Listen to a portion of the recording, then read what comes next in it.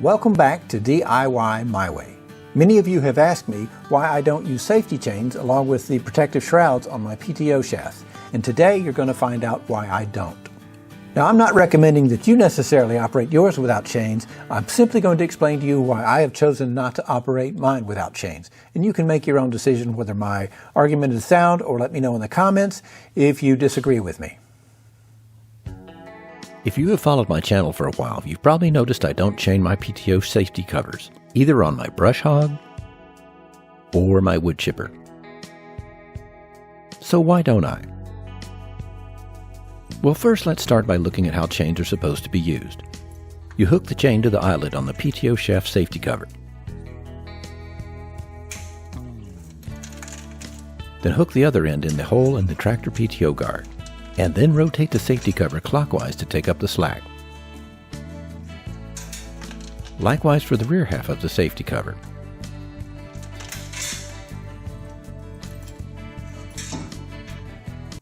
We interrupt this program to bring you this special subliminal message. We now return you to your regularly scheduled program.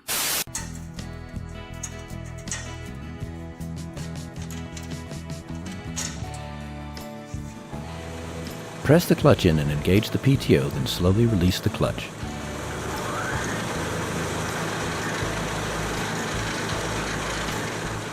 The two chains keep the safety cover stationary while the PTO shaft spins underneath, keeping anything or anyone from getting tangled in the spinning PTO shaft, possibly causing chaos, death, and destruction.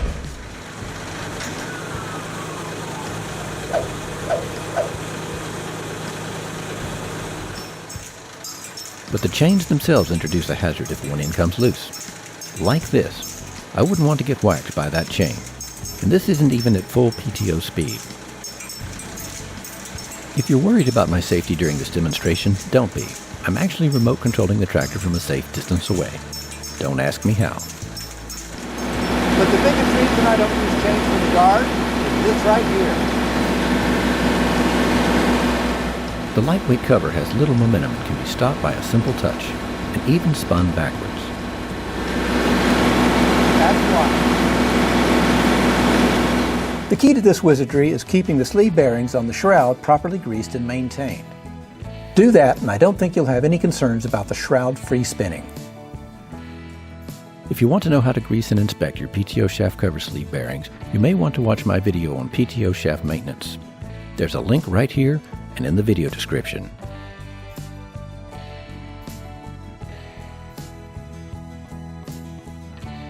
Here are the pros and cons of using chains as I see them.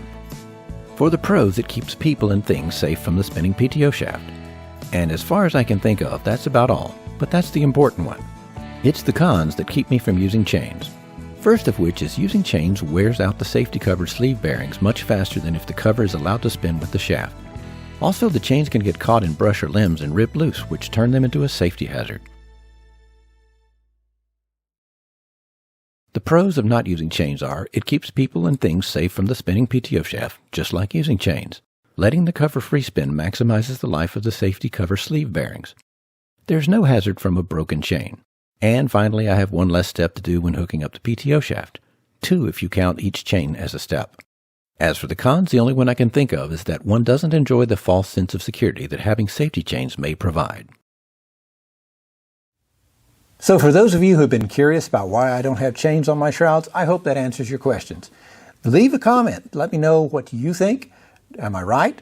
Or should I have used the chains? What are your thoughts? I'd like to know in the comments. Let's get a dialogue going. I hope you found this video helpful, and if you did, please click that like button, leave a comment, and by all means, please subscribe. If you want to know when I post new videos, click that little bell. And as always, thank you for watching. I'll see you on the next one.